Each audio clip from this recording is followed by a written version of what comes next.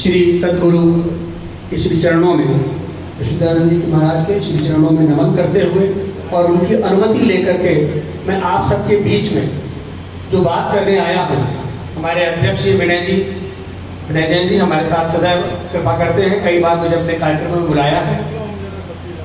साथियों, एक बहुत गंभीर विषय है जिस कार्य के लिए मैं आप लोग के बीच में आया हूँ, और मुझे गुरु जी का आशीर्वाद भी चाहिए, उनकी कृपा भी चाहिए, क्योंकि बिना उनके आशीर्वाद और उनकी कृपा से हम इस कार्य को पूर्ण रूप से सफल नहीं कर पाए। हमारे सहयोगी, हमारे साथी और इस लखनऊ क्षेत्र के संयोजक हमारे अमिताभ जी आप लोग के मध्य में पहले भी आ चुके हैं, मैं चाहूँगा कि वो साथ में आए।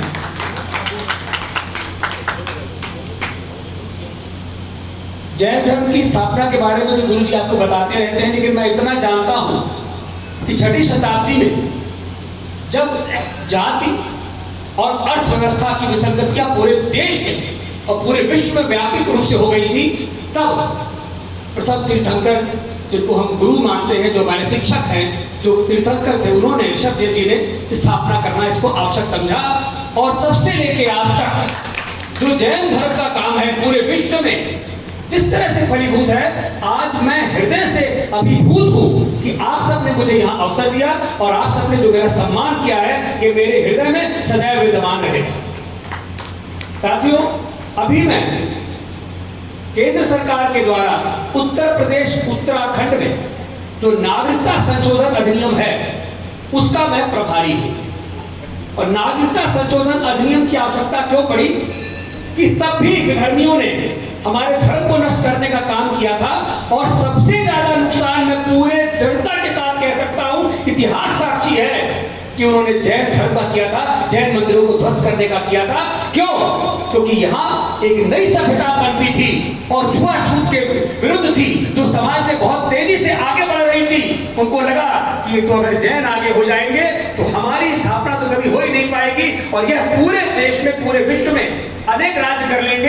इसलिए उन्होंने टारगेट किया था जैन धर्म को और जैन धर्म के अनुयायियों को। आज जो पूरे देश में 6.5 करोड़ घुसपैठिए यहां पर विद्यमान है, एनआरसी के जरिए हमें इसको बाहर करना है।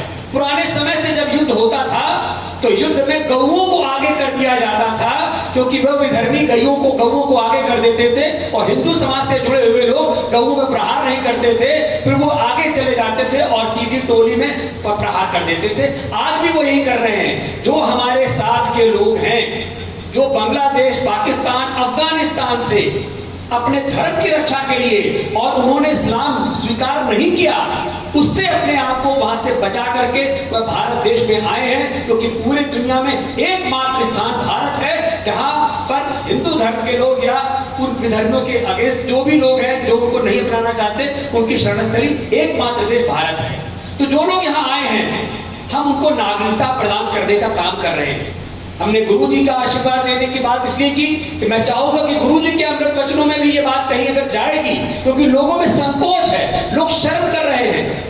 बहुत से लोग हैं, अभी मैंने सिंधी समाज के लोगों को किया, लेकिन मैं बहुत जब परेशान हो गया तो मैं उनके मंदिर में गया और मैंने वहां के गुरु जी से कहा कि जब आप ये उनके मन से, चित्त से ये आवरण हटाएंगे कि कोई अपमान नहीं है, 21 देशों में नागरिकता देने का कार्य होता है, उसमें ये भारत देश भी जुड़ गया। इसके पहले नागरिकता भारत देश में नहीं होती थी। जैसे आपका आधार कार्ड इंडिविजुअल है, जैसे आपका पासपोर्ट इंडिविजुअल है, जैसे आपका सेविंग खाता इंडिविजुअल है, वैसे ही नागरिकता भी इंडिविजुअल है। हर व्यक्ति को नागरिकता लेनी पड़ेगी जो लोग बाहर से आए हैं। और जब हम उनको नागरिकता अपने लोगों को दे देंगे तो जो विधर्मी हैं, क्योंकि इन लोगों को शरणार्थी कहा गया, इन सबको ये कहा गया कि जो लोग बाहर से आए हैं वह शरणार्थी हैं या रिफ्यूजी हैं, लेकिन अब हम उनको विस्थापित कह रहे हैं कि वहां से विस्थापित होकर यहाँ आए।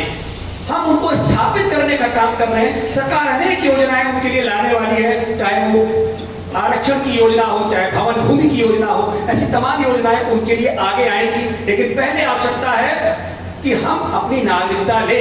और मैं पूरे विश्वास और दृढ़ता के साथ कह रहा हूं कि अगर आपको भारत देश में पूरे विश्व गुरु बनाना है तो यह बहुत बड़ा कृत है, हिंदू राष्ट्र की तरफ बढ़ता हुआ मजबूत कदम है नागरिकता संशोधन अधिनियम। यह पहला कदम है, लेकिन बहुत